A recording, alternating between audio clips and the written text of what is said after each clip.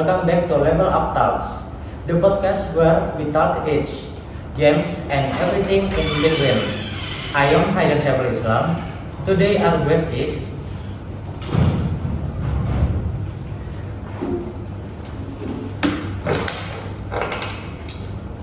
Hello, my name is Yazid Hasan Ibrahim.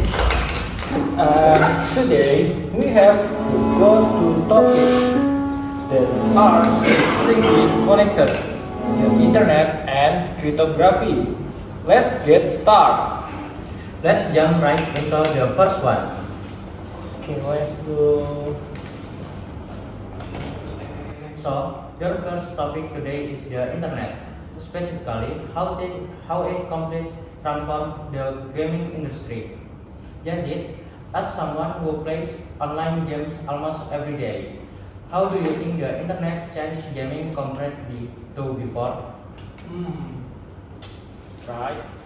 Honestly, it is a massive shift.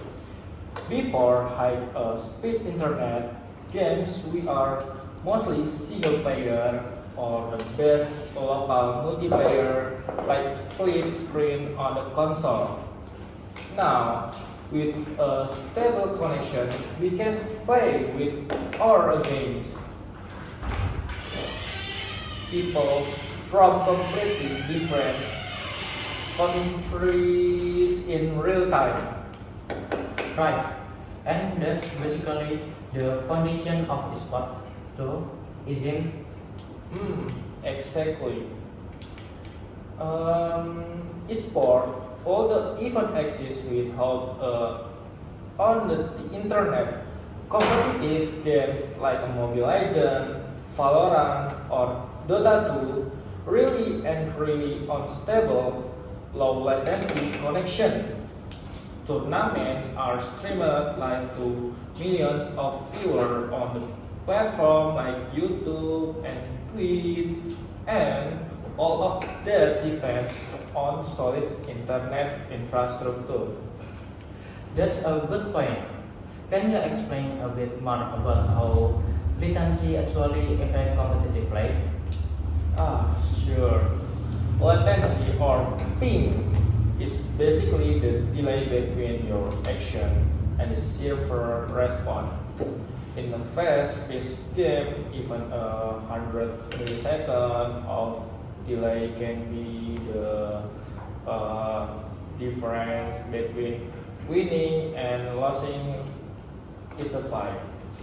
That's why professional esport teams often rely on wired connection instead of Wi-Fi, and tournament venue invest heavily in low latency network setup. That makes sense. Speaking of streaming, cloud gaming is also become really popular these days. Can you explain a bit about that? Sure. Cloud gaming basically means the game isn't running your device at all. It's running on the remote server, and the video is streamed to your phone or your laptop, similar to watching Netflix. Okay, service like Xbox Cloud Gaming or GeForce now lets you play little even on a low spec device as long as your internet is fast and stable. That's actually really convenient for students like us who don't always have a powerful gaming PC. Do you think this could be the future of gaming? I think it's definitely part of the future. Yes, it's lower the barriers to entry. You don't need the expensive console or a PC anymore. But there are also downsides.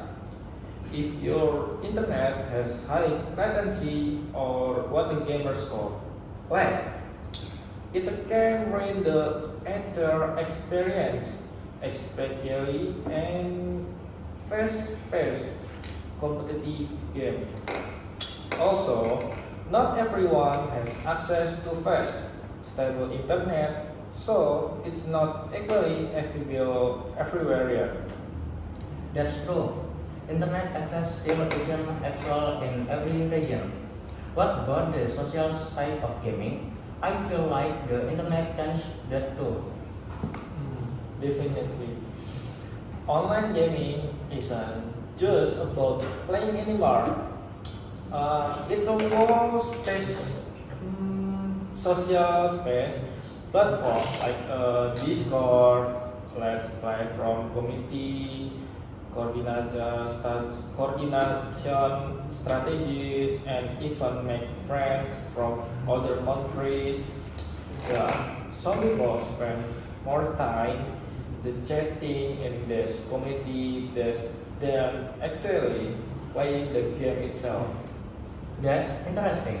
It's almost like a digital hangout space. Ah, exactly. And streaming platform and another layer to that.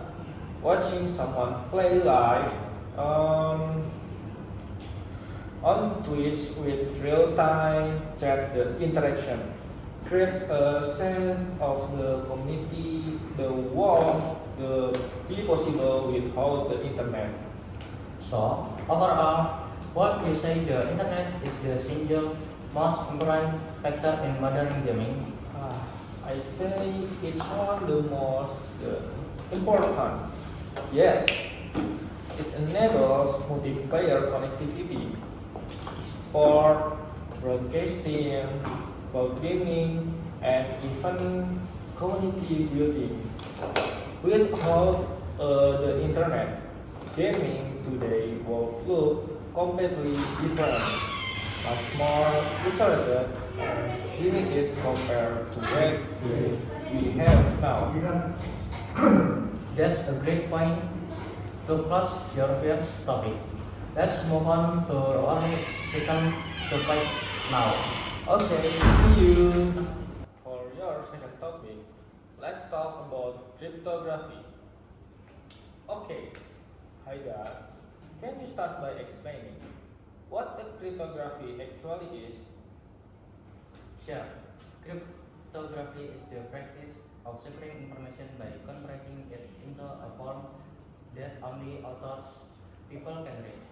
Basically, it turns normal, readable data called plain text into scannable data called ciphertext using an algorithm and a key.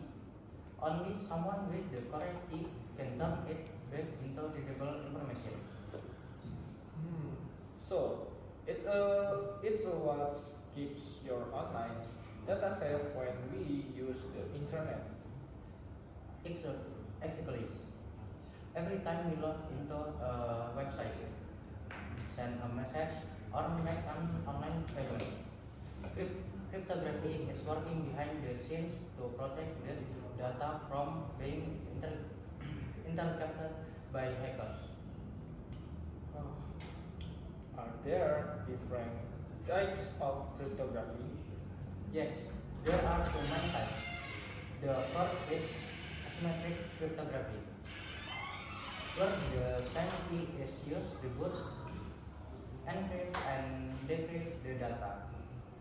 It's fast, but the challenge is that both parties need to share that key securely beforehand. The second is asymmetric cryptography, which uses a pair of keys, a public key that anyone can use to encrypt a message, and a private key that only the owner has. Use the to decrypt it. Oh, that sounds more secure. Where do we actually see that in everyday life?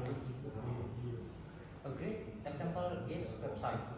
The little padlock icon you see in your browser means the connection is encrypted using a protocol called TLS, which relies on asymmetric cryptography to establish a separate connection first, then often switch to symmetric encryption for speed once the connection is established. That's really interesting. I never thought about what does a padlock actually mean. What about digital signature? I've heard that theme before too. Digital signatures also use asymmetric cryptography. When someone signs a document digitally, they use their private key to create a unique signature.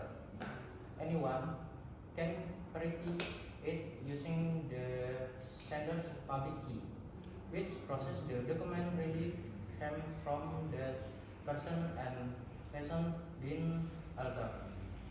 Oh, so it's not just about trading information, but also about proving authenticity. Exactly. That's a really important point. Cryptography provides several things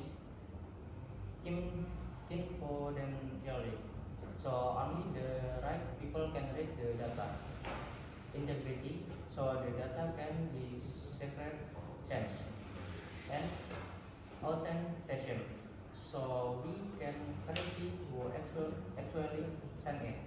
Ah, it's cryptography only used for security in website, or does it have other application too? It's also the backbone of technologies like blockchain and cryptocurrencies. Cryptography hashing is used to keep transaction records secure and tamper-proof. Every block of data is linked to the previous on those cryptographic hash.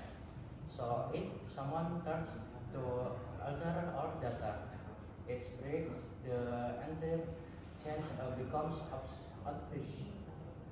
Uh, that explains why blockchain is considered so secure. Are there any downsides or challenges with cryptography? Uh, One big challenge is key management. If a private key is lost or stolen, the security complete breaks down. Another issue is that computers get more powerful, especially with the development of quantum computing. Some current encrypt methods might become easier to break in the future, which is why hackers are already working on quantum resistant cryptography. Ah, that's fascinating. So really, cryptography isn't just about hiding secrets anymore. Right, it's both trust and integrity in almost every digital system we use today. From message apps to global financial system. That's a great explanation. Thanks for breaking it down so clearly.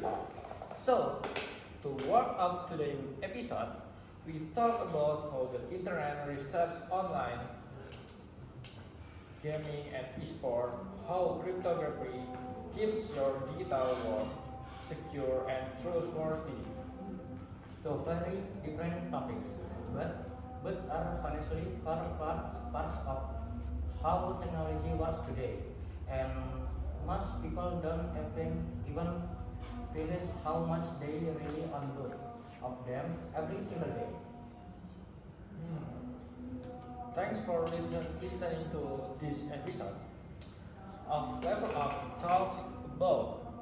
Don't forget to like, comment, and subscribe. See you See you in in the the next next episode. time. Bye bye.